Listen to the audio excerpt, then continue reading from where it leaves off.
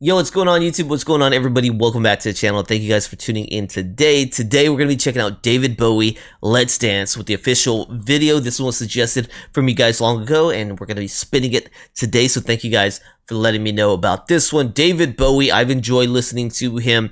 We've understood very quickly about David Bowie. Don't put him in a box. David Bowie has so much different sounds that it's impossible for me to say he is a certain type of artist, because his sound is so different, right? Every time I listen to him, it's like a new experimental journey in sound with him. So I don't know what we're gonna get from song to song. They're so different. So Let's Dance sounds like it could be literally that, right? A fun dance-like tune. Is that what David's gonna give us? I don't know, right? We might go on a sad journey. I have no idea. So let's go ahead and spin this one. Once again, we got a music video, so that's very cool. And let's see what he's got to offer. Thank you guys for being here with me. Don't forget to like, subscribe, and check out that description if you guys enjoy rocking with the channel. Of course, I've got more David Bowie on the channel, so if you're new here, feel free to dive into those and let's take a spin. Here we go.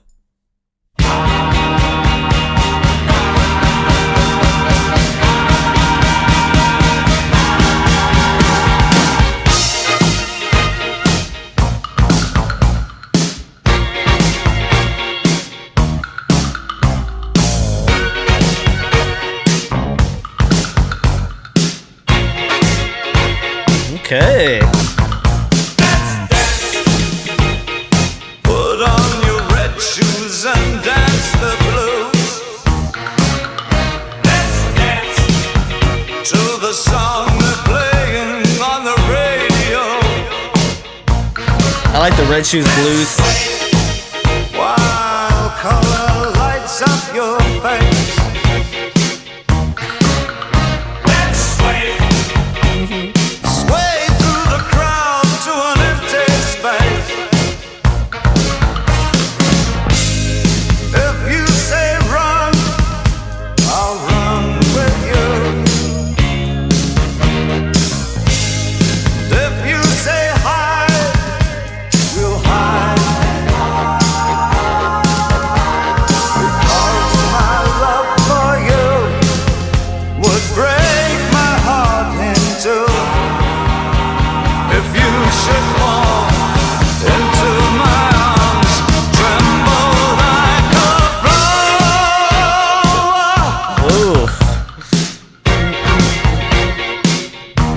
Very cool beat.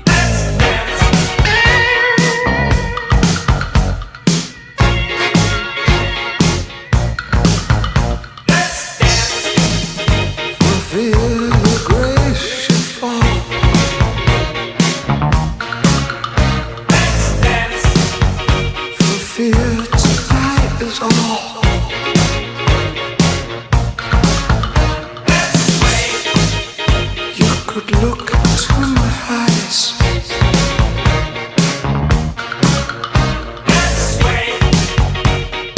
Under the moonlight, this serious moonlight.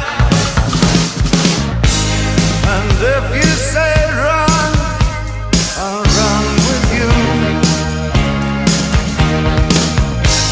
And if you say hide, we'll hide.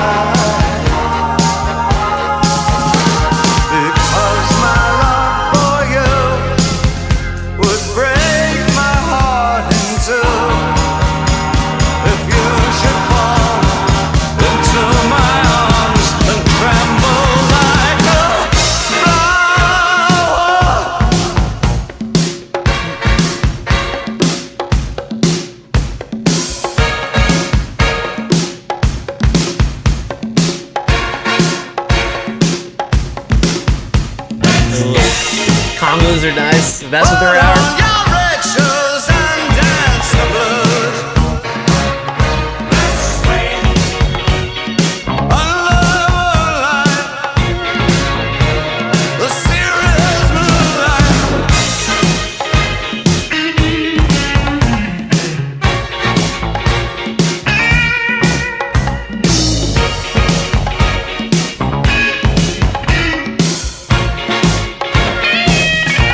Get it, David.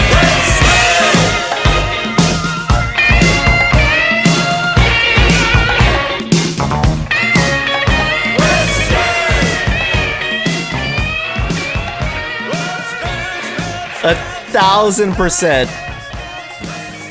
1,000% people were dancing to this song for sure. Definitely a good one to imagine getting on the dance floor. Now, the video completely took me for a spin. Okay, the song standalone by itself feels great. It's energetic, puts a smile on your face, actually wants to make you dance. It's got all the right ingredients for the dance floor, in my opinion. With this song, it's a feel-good vibe. I love the 80s feel to it.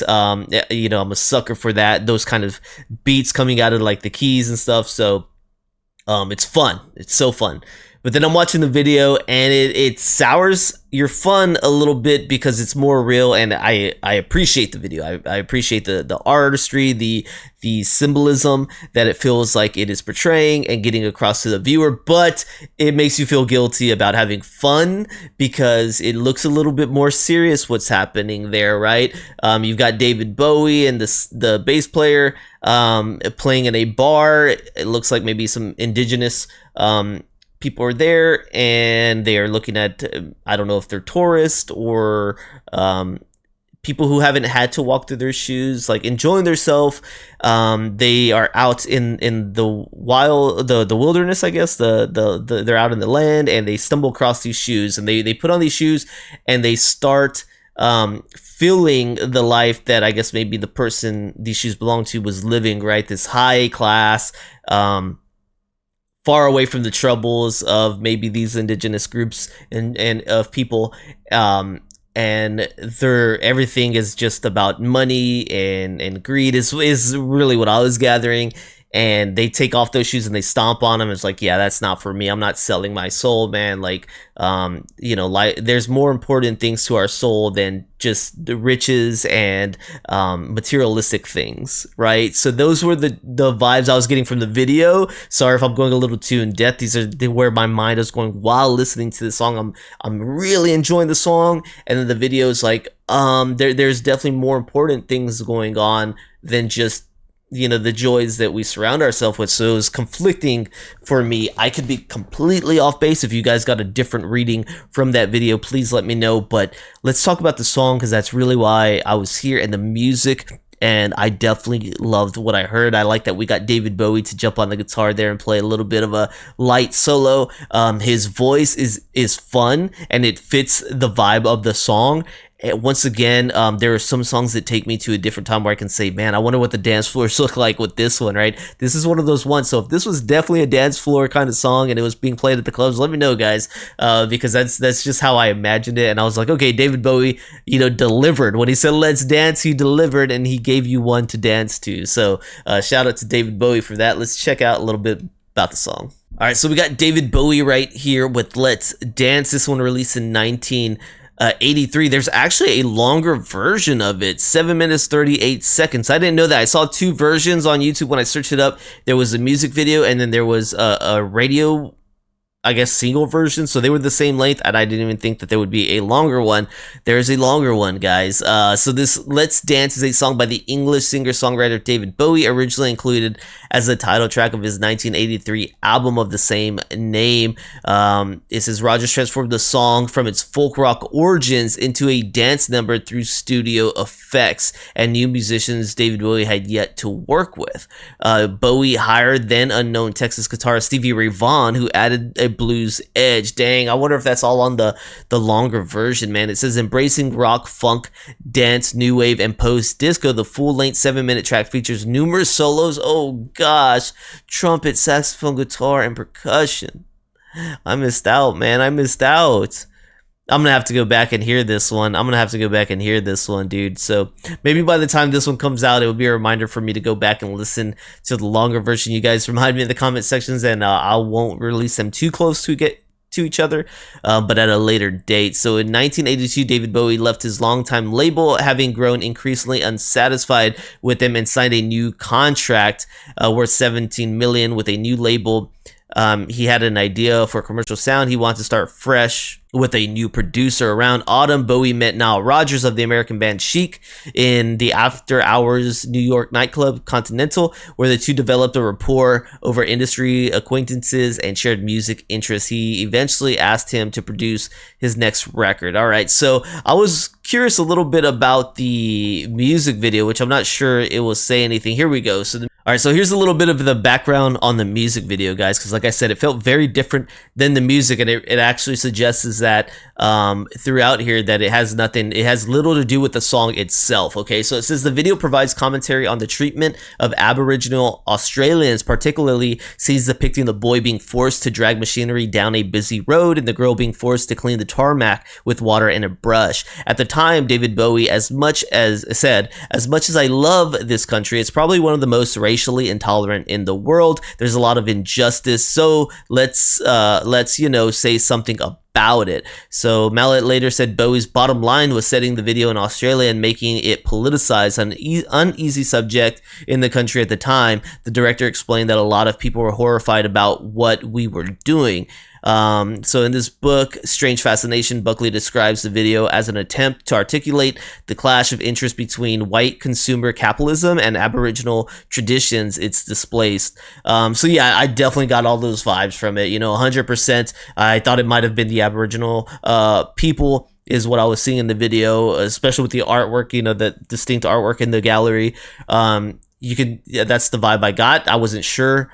So yeah, it's Australia. And the racial injustices, man, unfortunately that takes place everywhere. But I don't blame him at all. And I don't, I love that he used his platform for good. I've mentioned that in the past. I've used mine for what I consider to be good. So shout out to him, man. Now, once again, it'd probably be better suited if he had a song that reinforced what the message was in the video, because these two just didn't connect. They didn't connect, right? The song and the video just don't connect. So I love the messaging, but they contrast each other. When you're trying to have a feel-good song and then a very powerful message, they don't really sing to each other, if that makes sense. So, but I love both. Independence, I love both. So yeah, thank you guys for being here today. I'm definitely down to check out the longer version. You guys let me know in the comments, please, and maybe how long I should go from the time you guys see this and I get to the other one, maybe a month. I don't know what's a good enough time. So thank you guys for being here. Don't forget to like, subscribe, check out the description, and I'll see you guys on the next one. Peace.